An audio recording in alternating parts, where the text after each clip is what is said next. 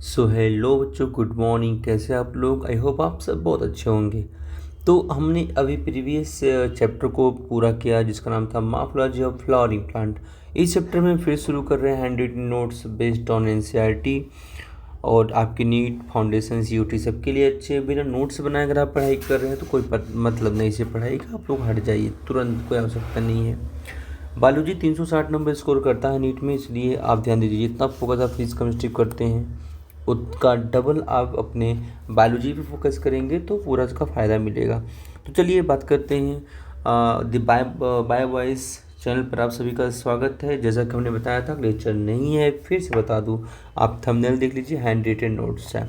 Anatomy of flowering plant की बात करें, एनाटॉमी क्या होता है, मॉर्फोलॉजी पूरा कर चुके हैं जिसमें हम एक्सटर्नल फीचर करते हैं। ये है क्या? Anatomy, study of internal feature, internal structure of plant is called as anatomy. बेटा याद करना, एनाटॉमी वर्ड प्लांट एनिमल सबके लिए यूज होगा, लेकिन यहाँ पर चूंकि एनाटॉमी ऑफ फ्लावरिंग प्लांट है तो आप इस समझ सकते हो। यहाँ पे हम प्लांट के इंटरनल स्ट्रक्चर की बात करेंगे। प्लांट के पास क्या होता है? प्लांट के पास सेल होता है जिससे टिश्यू बनता है, जिससे क्या बनता है? ऑर्गन। यहाँ देखो, सेल से क्या बना? टिश्यू से क्या बन गया? एक ऑर्गन बन जाता है। तो इसको भी आप पॉइंट करते चलेंगे।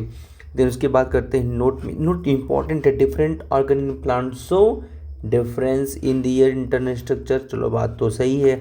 अब बेटा जैसा रूट में स्ट्रक्चर है, लीफ में है, स्टेम में, क्या सेम होगा? नहीं, अलग अलग होगा। Internal structure also show adaptation to diverse environment. अलग अलग इन्वायरमेंट के हिसाब से जो इंटरनल स्ट्रक्चर होता है उसमें डाइवर्सिटी भी पाई जा सकती है। मतलब एक जीरोफिटिक प्लांट का अगर एनाटॉमी देखेंगे कुछ और होगा, मीजोफिटिक प्लांट का कुछ और होगा, और हाइड्रोफिटिक प्लांट के इंटरनल स्ट्रक्चर का फीचर और एडाप्टेशन कुछ और होगा। वो डिपेंड करता है किस इन्वायरमेंट में बेटा वो रह रहा है। टिश्यू क्या करते हैं? Group of cell, common origin and function is called as tissue. फिर टिश्यू आप याद रखिएगा, एनसीईआरटी में बहुत सी चीज़ों को कट कर दिया है। मैं थोड़ा सा यहाँ जिक्र करूँगा फिर आगे बढ़ूँगा। प्लांट में टिश्यू दो प्रकार के होते हैं, एक होता है मेरिस्टेमेटिक टिश्यू, दूसरा होता है परमानेंट टिश्यू। मेरिस्टेमेटिक टिश्यू से बोलते हैं जब डिवाइडिंग कैपेसिटी होता है, और परमानेंट जो होता है उसमें डिवाइडिंग कैपेसिटी नहीं पाया जाता। यहाँ मेरिस्टेम को कई प्रकार से बांटा जा सकता है। यहाँ पर on the basis of location मैंने थोड़ा सा जिक्र कर दिया है। Apical meristem, intercalary meristem and lateral meristem.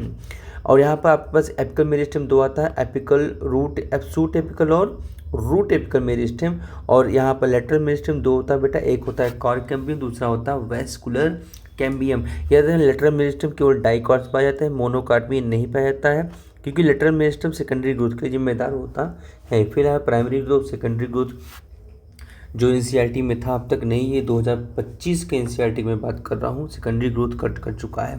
फिलहाल अगर हम परमानेंट टिश्यू की बात करें, परमानेंट टिश्यू दो प्रकार के होते हैं, एक होता है सिंपल परमानेंट टिश्यू, दूसरा होता है कॉम्प्लेक्स परमानेंट टिश्यू।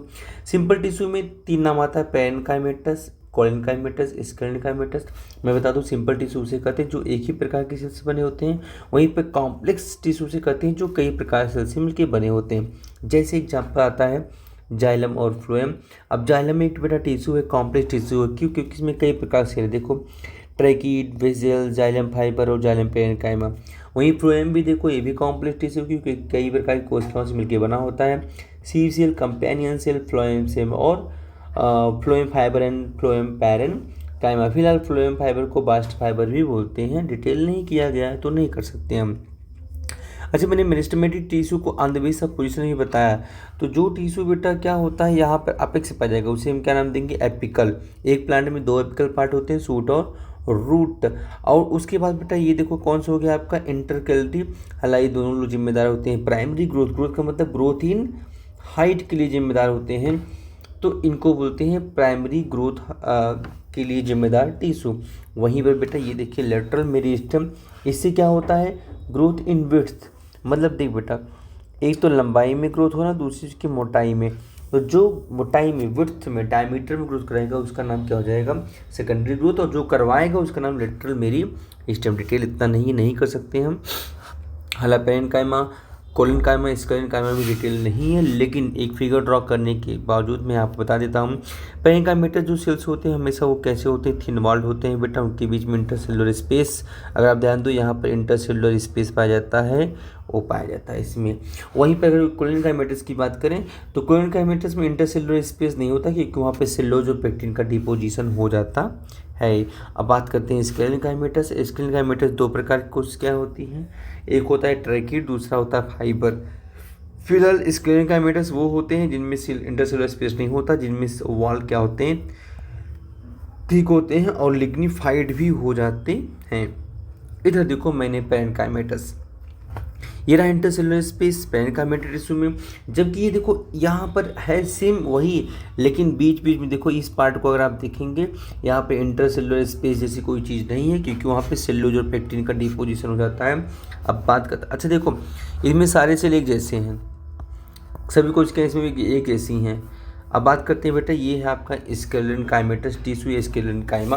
ये थिक वॉल्ड होते हैं, शुरुआत में जिंदा रहते हैं, बाद में डेड हो जाते हैं। इनके बीच में इंटरसेलुलर स्पेस भी बेटा नहीं पाया जाता। मैंने यहाँ बताया स्केलेटन काइमेटस दो प्रकार के होते हैं, फाइबर और स्केलेरेट। हालांकि एनसीईआरटी में इसका भी जिक्र नहीं है, लेकिन थोड़ा बिना बताए हम नहीं चल सकते थे।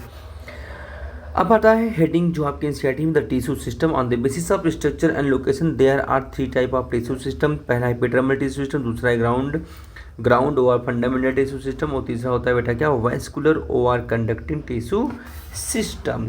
बाकी मिलते हैं अगले वीडियो में, छोटा छोटा वीडियो होगा बेटा, आप आराम से उसको कर लीजिए, हमारे लिए भी आसान, आपके लिए आसान। Okay, thank you very much. Please channel subscribe करिए, बहुत फ़ायदे मिलने वाले हैं। दी बाय बॉयज़ अपने दोस्तों को आप ज़रूर प्रेफर करें, अगर नोट्स चाहिए तो मैं प्रयास करूँगा लगभग नोट्स प्रोवाइड करने का यहाँ पर। Okay, thank you.